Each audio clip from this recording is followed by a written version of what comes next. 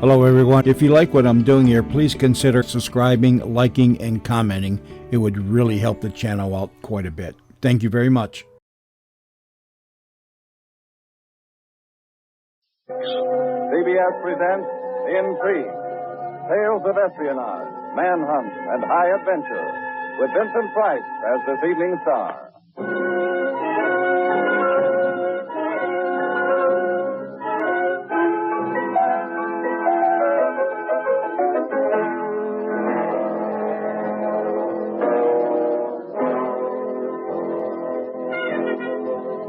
This is the exciting and sinister story of a little group of British undercover agents fighting against desperate counter-espionage, hazarding their lives against the unseen and unknown forces of enemy operatives in the heart of blacked-out London, when the fate of the world hung on the outcome of a game played by a handful of ruthless men and women.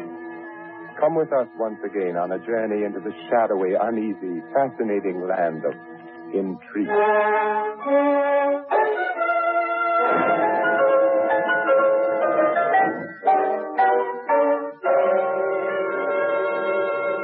With Vincent Price, star of Dragonwick, in the role of Michael Kells, the Columbia Broadcasting System presents Sinister, Errand, this evening's story of Intrigue.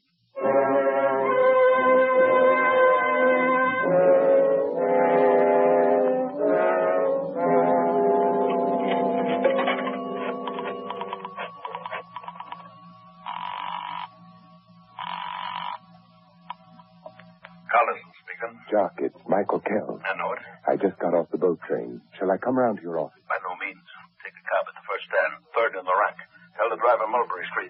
If it's the right man, he won't ask the number. He'll know where to drive you. Now, look here, Jock. You aren't starting me off on another job so soon, are you? You guessed it, lad. And we'll contact you from now on. Don't telephone me again under any circumstances. Wait a moment, Jock.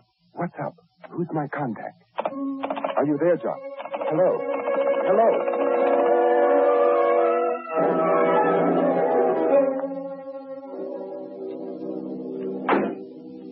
Where to, sir? Mulberry Street. Yes, sir. Been away long, eh? Somebody tell you to ask me that? One of those new buzz bombs landed in the end of Mulberry Street the other night. Maybe you will be surprised when you see Mulberry Street, eh? You're not English, are you? I'm Belgique. Belgian, eh? Been here long? Maybe somebody told you to ask me that. I say, why are you stopping here? Don't try anything, my Belgian friend. Please, put away the gun. Makes me nervous. Speak up. Why did you stop here? Listen. You hear that? A buzzing sound. That's one of the new rocket bombs. Coming this way, too. Well, why no warning? Comes too fast. No time for it. It stopped. What's that? That is the way they work.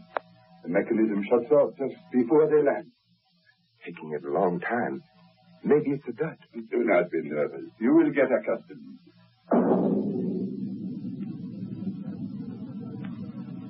Whew. What a blast. Now, maybe you begin to see what things are like in London.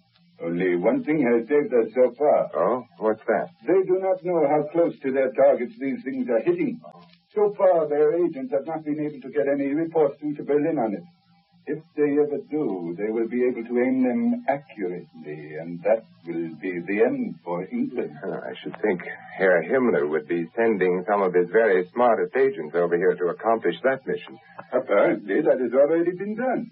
They have set up a special unit outside the regular espionage services. Created an entirely new field of activity, you understand. As yet, unknown to our interceptors and counter-agents. So that's the way of it, eh?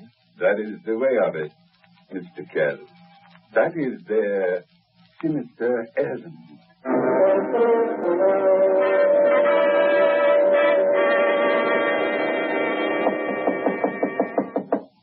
Who is it? The waiter, sir. Your coffee, sir. Oh, thank you. Put it down there anywhere. Yes, sir. Unpack your bag, sir. Later on, if you like. You came in so late and just after the buzz bomb hit. With all the excitement, I'm afraid we've rather neglected you. Know where it is? If I did, I wouldn't say so. Good for you. I brought you the breakfast menu, sir. Have a look, sir. This item, for instance, chef recommends it. Oh, yes. Well, sir? Tell your chef I'll try that item.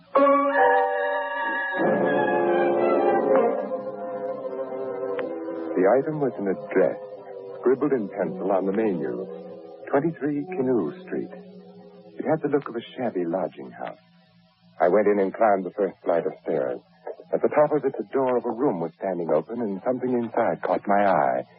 It was a necktie hanging over the mirror post of an ugly, fumed oak dresser. The tie was a nice, heavy Spitalfield silk in gray and black.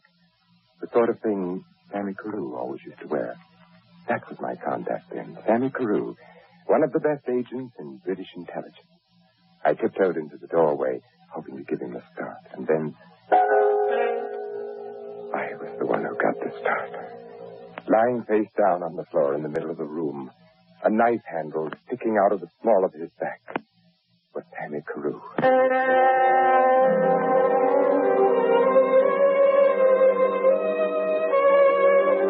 I took a quick look around the room. Sammy's clothes were scattered about in utter confusion, pockets cut, linings ripped out. The mattress on the bed had been ripped open and disemboweled. A few feathers from the pillows still floated in the air. Then I noticed a peculiar thing. A trail of blood led from the bed to the place where Sammy had fallen. And a few inches from his outstretched hand, there was a bowl, heaped high with feathers. I picked it up and examined it. Nothing there, just a heap of feathers. Suddenly, I heard a step behind me and wheeled around.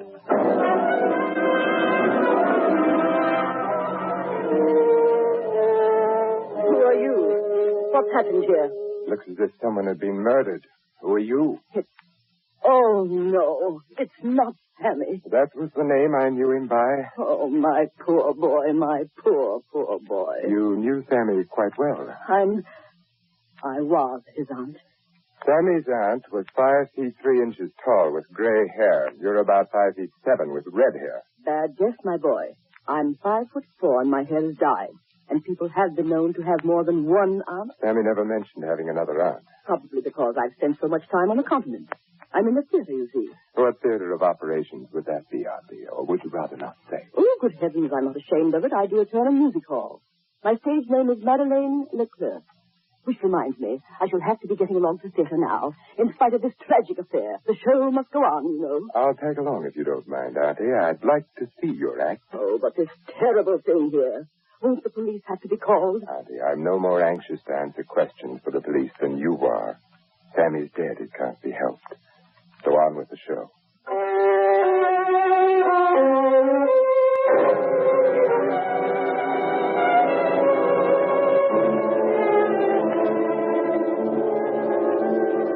One thing she told me wasn't a lie. She was really a performer in a music hall. I dropped her at the stage entrance and dismissed the cab. One of the posters on the front of the theater had a portrait of Auntie on it, surrounded by pigeons. Madame de Klerk and her educated dove. She shared top billing with the great Ravallo, the man with 100 voices. The matinee was sold out completely, an escape for a war-wearied London. I started walking up the street toward the corner, taking my time. Then I saw something that made me walk faster. It was the sign that hung over the entrance to the corner pub. The name was the Heap of Feathers. When Sammy arranged that heap of feathers in the bowl before he died, he must have meant to steer me to this place. I walked into the saloon bar of the Heap of Feathers. Looked around. Omelette, sir. Whiskey or bitters? Whiskey, if you please. Yes, sir. Meat, sir? Thank you. Tell me, have you seen a chap in here lately, Sammy Carew? Hello. Oh, I've seen him today, sir. Well, thank you anyway. Excuse me. I might be able to help you, sir. I am the great Ravello. Oh, yes, I know. I recognized you from the poster in front of the theater. You know Sammy? Only casually. He's the nephew of the woman who does the turn just after mine. Did you talk to her this afternoon? No. I did an impersonation of her dove since she didn't like me. No, you do bird calls as well as ventriloquism. Not ventriloquism, my dear fellow. Impersonation. There isn't a man who figures in the news today whom I cannot imitate in voice. Well, that's very interesting. But look here. You said you might be able to help me about Sammy Carew. Oh, yes. He was in here last evening.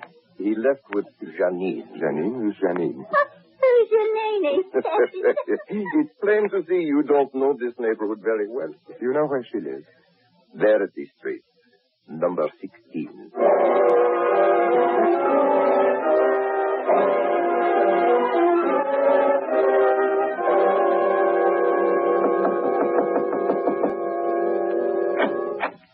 Yes? Miss Janine? I'm Janine. I'm a friend of Sammy Carew's. Oh, you'd better come in. What about Sammy? He's being murdered. You must be joking. No, I'm not joking. No. Oh, no. There. You must have liked him a lot. I loved him.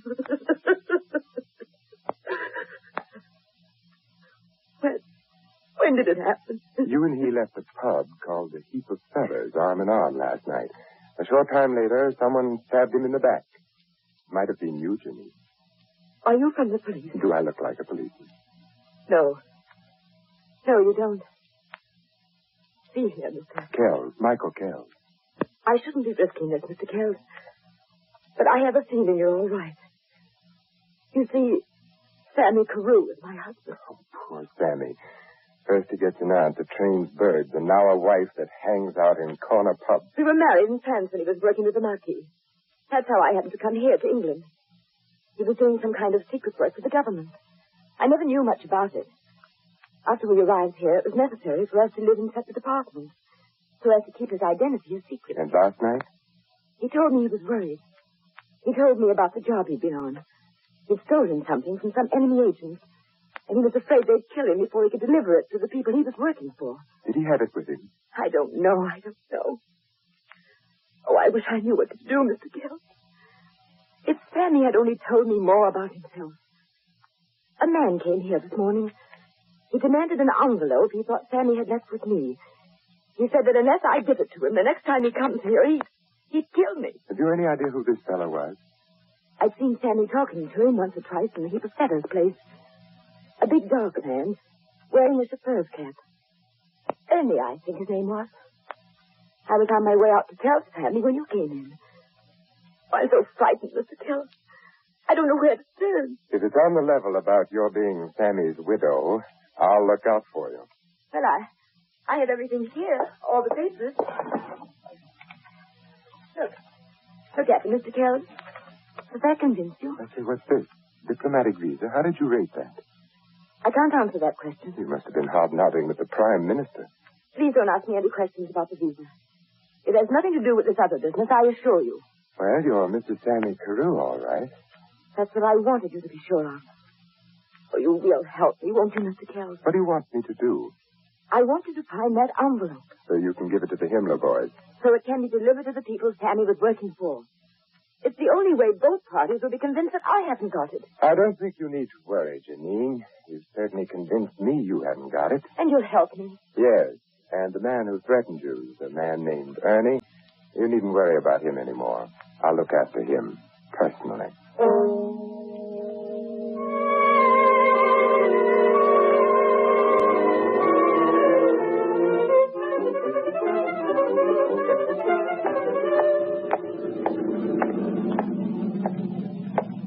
Sir? Oh, it's you again. Who hired you to shadow me anyway? Any Belvada is on board. Get in, my friend. I will drive you home. She is attractive, this Janine girl, huh? Very. I would like to point out, my friend, that espionage business is nothing but misunderstandings in love affairs. Look here. If you think I've fallen for Janine, Who could blame you? wasn't that rather crude of you to go around and threaten her? Maybe it was not crude of her to go around to Sammy's place after he was killed and rip the place to pieces looking for the envelope. She did that. She did. With her husband lying dead on the floor with a knife in his back, she goes calmly to work. And upstairs she goes to Auntie's room, not even stopping for last looks at her poor dead Sammy. All that? Certainly. She's in such a hurry, she does not even stop to draw the blind. I did not know at the time what had happened to Sammy. I could not see the floor from where I was standing. What happened after she went upstairs to Auntie's apartment? I could not see in those windows at all. Then you came in, and after that, Auntie. Pretty soon you and Auntie leave, and I trail you to the music hall. You've had a busy day, haven't you, Annie? I do not like this kind of assignment. Too much red tape. There's only one way to make women talk. The same methods they use. Blow torches, rubber hose, hot spikes under the fingernails. I'd say you're a bloodthirsty chap, aren't you? Yes, certainly. I have never stood for any nonsense from accursed Germans, So I've heard. Give me 1 hour with that Jenny in a soundproof room, and she will tell the whole plan. Names, everything you need. There's no proof of anything against her. There is only one way to get it. That's not our way in England. You are the boss. Besides, how do I know you're the person you pretend to be? Do me a favor, Michael. Take this Janine to dinner tomorrow night. Choose a place. Later on, I will drop around to your table. Watch her face when you tell her my name is Guelvada. They all turn green at the mention of my name. But swine. If she does not turn at the chartreuse, then my name is Heinrich Himmler.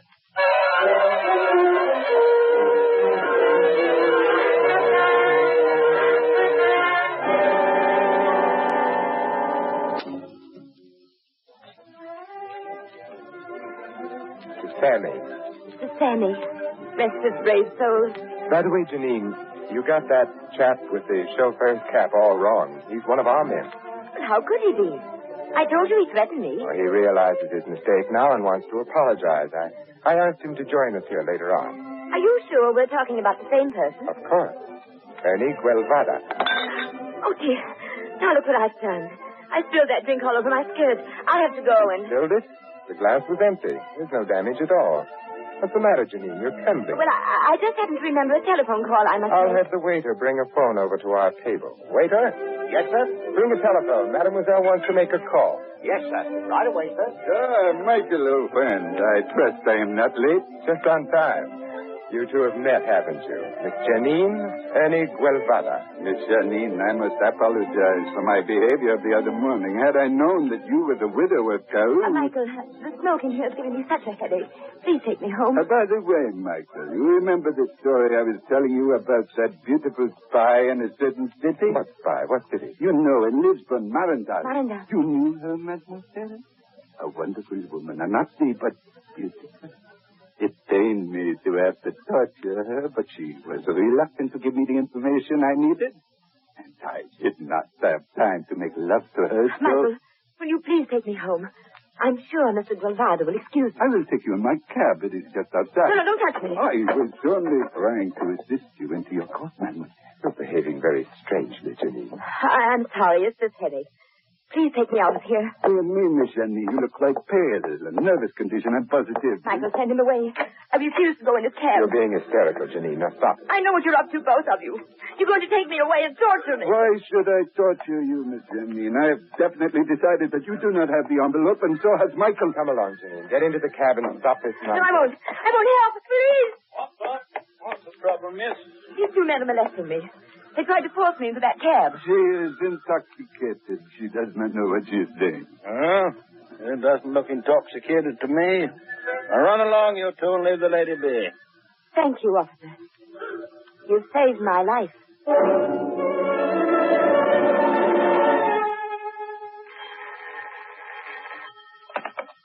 Yes? Michael, this is Collison. Geoffrey, thank heaven you called at last. Just about everything has gone wrong this past 24 hours. I know. You got me in a deal of trouble, too. How's that? One moment, please. Is Downing Street still on the wire? Yes, Major Collison. Put it on to this outside connection. Michael, are you still there? Yes, Jock. I'm going to let you talk to him directly, Michael. Talk to whom directly? You'll recognize his voice. Go ahead, sir. Are you there, Mr. Kelly? Yes. Oh, yes, sir. Well, sir, you know I don't at all like to meddle in matters fitting under my affair. But a young friend of mine, refugee, in whom my wife is taking an interest, seems to think you've gotten the wrong idea about her. It's quite hysterical, of course. Lots of talk about torture. All this nonsense. It never happened in England. Well, to be brief, Mr. Kells, I personally will vouch for this girl. I'm positive that you must be quite mistaken in your ideas about her. Yes, sir. Perhaps I was a bit hasty. Not at all. Be vigilant.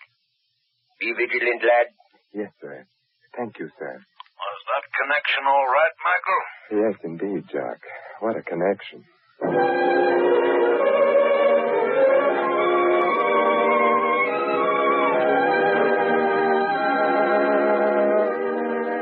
next morning, while I was having coffee, Sammy Gravata brought up a letter from Collison. It was a detailed breakdown of my assignment. I was to find the envelope Sammy Carew had been killed for. It contained microfilm reductions of the Himmler unit's collated reports on the buzz bombs, which would enable the enemy to perfect the aim of the new weapon. My sole job was to find out where Sammy Carew had hidden it. Examine the facts, Michael. Once Sammy got the envelope, what is the first thing he would have done? Drop it in the mail, naturally, and mail it to headquarters. But he did not.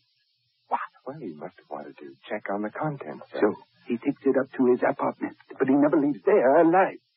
The killers did not find it on him, so what has happened? It must be somewhere in that house. If I was Sammy in that spot, do you know where I would hide it? No, where? In Auntie's apartment. You're crazy. Where is the last place you would think of looking for something you knew had been stolen from you? It's a possibility. Anyway, it's worth a try. And don't look for secret panels, my friend. Look in the most obvious place.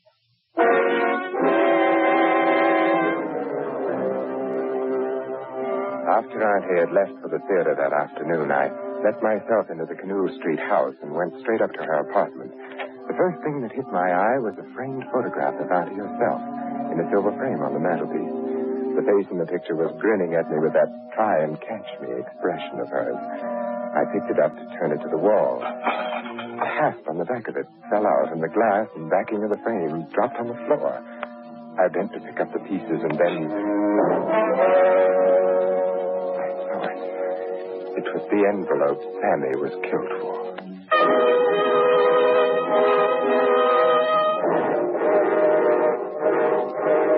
Thank you for finding that, Mr. Kells. Now, will you please hand it over? No, I won't, Ravala. I don't like killing an agent, even a British agent. But if you force me... You thought you were very clever following me here, didn't you, Ravala? I think I've been rather clever all along the line, Mr. Kells. When I telephoned you and impersonated your Chief Collison and his Chief Churchill, I kept you off one of my best agents for 3 valuable days. Dear Janine. The envelope. I'm getting impatient. This gun might go off in spite of myself. It's very amusing, Ravala. Very amusing indeed. Why, I wanted you to follow me here. I left a trail deliberately. And Ernie Guevara followed you every step of the way. He's standing behind you now, and he's got a gun, too. My dear Kells, did you really think I would fall for that old trick? I must be slipping. Everybody used to be frightened of me. Guevara! Yes, it is I, Ravallo. I will take the gun now. Guevara, listen. I was only doing my job. I know nothing.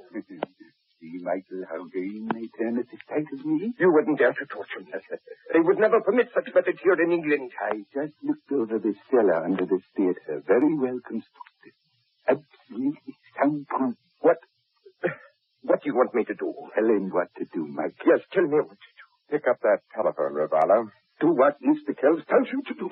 Now then, Ravala, here's your chance to give a real performance. You're so good at imitating voices. Let's hear you give an impersonation of your chief. You're going to phone every member of your special unit, and in his voice, you're going to call them together for a special emergency conference. But where? Where shall I tell him to come? Here at midnight. The meeting will be held in that soundproof basement.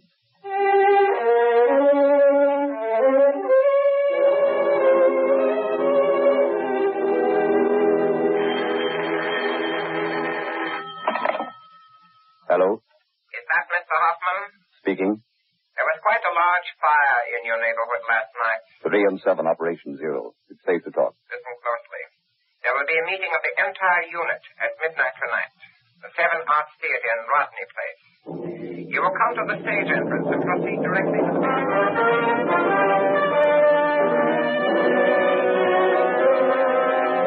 7 Arts Theater in Rodney Place, midnight. I'll be there. Midnight, Rodney Place. I will inform my husband. Rodney Place near Bulbury, midnight. A special directive from the theater? The chief's voice, unmistakable. Rodney Place. 7 Arts Theater. Midnight. Brilliant piece of work, Michael. Brilliant! Decoyed them all into the cellar and locked them up there. All except one, Jock.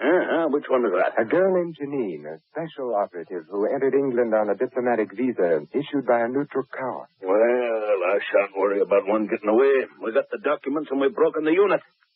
No, I'd best call Scotland Yard and have your prisoners brought in from Rodney Place. Well, that can be done at your leisure. There's only one exit, an iron door, triple bolted on the outside. They couldn't even get out with a blowtorch. Good. We'll let them stew for a while. 1 o'clock. Time for tonight's buzz bomb. What's their target tonight? Your hotel in Mulberry Street. We'll see how close they come to it. There it is now. Right on time.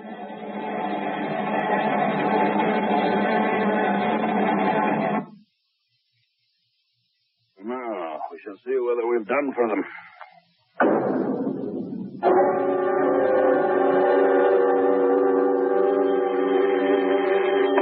Yes? What did it hit? Excellent. That will be all. Good night. Well, Michael, it's safe for you to go home now. It fell quite a way short of its target. Mind if I ask where it did hit? Oh, Rodney Place. Just an old theater called the Seven Arts.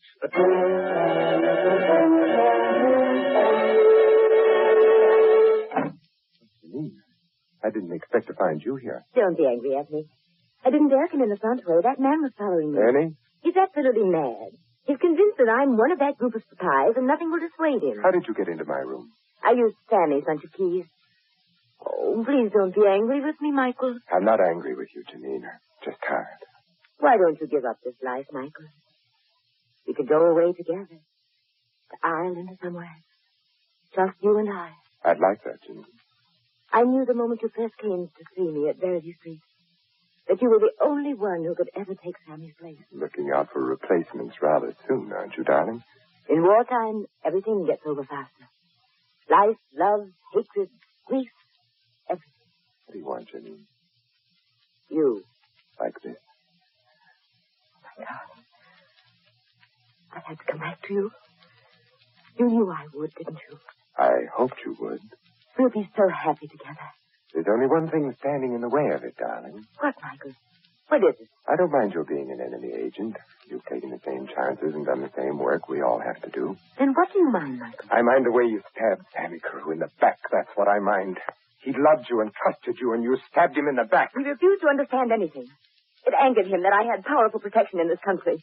He kept on trying to interfere. Yes, that famous voice on the telephone must have served you well. Till Sammy found his way to that music hall and heard the great Ravallo imitating the same voice on the stage. I should have known my trick wouldn't work on you, Janine. Having used Signor Ravallo's talents yourself, you weren't taken in by his impersonation of your chief, were you? Ravallo and I used the voice trick on many a job. Do you blame me for not falling into your trap? I told you I only blame you for one thing. You'll forget that in time. You'll come to understand why it had to be. Yes, you're right. I'll forget it in time, Janine. Let's drink to it, Michael. Let's drink to us. All right, darling. The bottle's over there. I have to make a call. Get me Collison. Who are you calling? Jock, it's Michael Kells. I've got the missing member of the unit. She's here in my room now. Better send someone over. No, Jock. Just tired. Good night. Well, I did my best. I didn't think I'd be able to talk you out of it. We'll have that drink now, Janine. We'll drink to Sammy.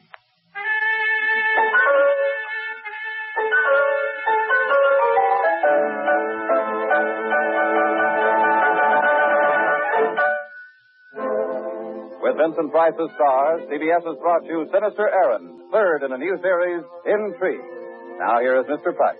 Thank you. I've enjoyed being with you this evening on Intrigue. Our producer, Charles Vander, tells me that there won't be any show next week because of the VJ Day anniversary. But I shall certainly be listening 2 weeks from tonight when Joseph Schildkraut returns to bring you that most famous of all stories of intrigue, the great impersonation, the masterpiece of that undisputed master of the sinister, E. Philip Oppenheim. Good night. Vincent Price appeared on Intrigue tonight by permission of 20th Century Fox, producers of Anna and the King of Siam. Robert Tallman adapted the story. Music was composed by Gail Kubik and Lucian Merrivack and conducted by Lud Gluskin. James Matthews speaking. This is CBS, the Columbia Broadcasting System. If you're headed for a beach party or picnic this Sunday, you'll want to hear WABC's new weather service.